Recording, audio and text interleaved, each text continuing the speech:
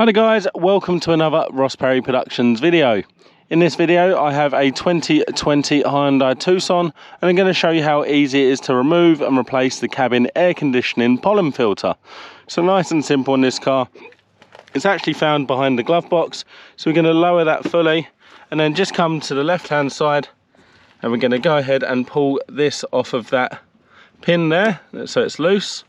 And then we've actually got two pins, one here and one here.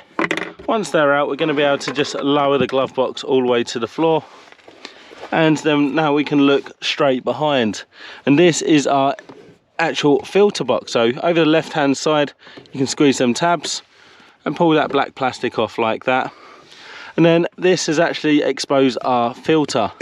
So this is showing airflow is down and all of the text is the correct way up. So just pulled it out. This one hasn't been replaced in a while, but that's exactly what your pollen filter looks like. So I'd say if your one's as dirty as this, I'd probably be looking to actually replace it.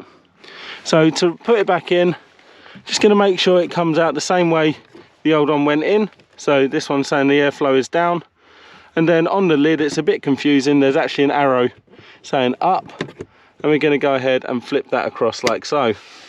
Once that's in, we can go ahead, start to lift up our glove box. Now I would tend to put the strut back on first, and then we can go ahead and put the two screws back in, making sure you have it up high enough. There's one, and there's two. Once that's done, you should be able to close up your glove box. And there you go, that's how easy it is to remove and replace the cabin air conditioning filter on a 2020 Hyundai Tucson. If you found that video helpful, please go ahead, give me the thumbs up, leave me a comment down below, check out some of my other videos and subscribe to my channel.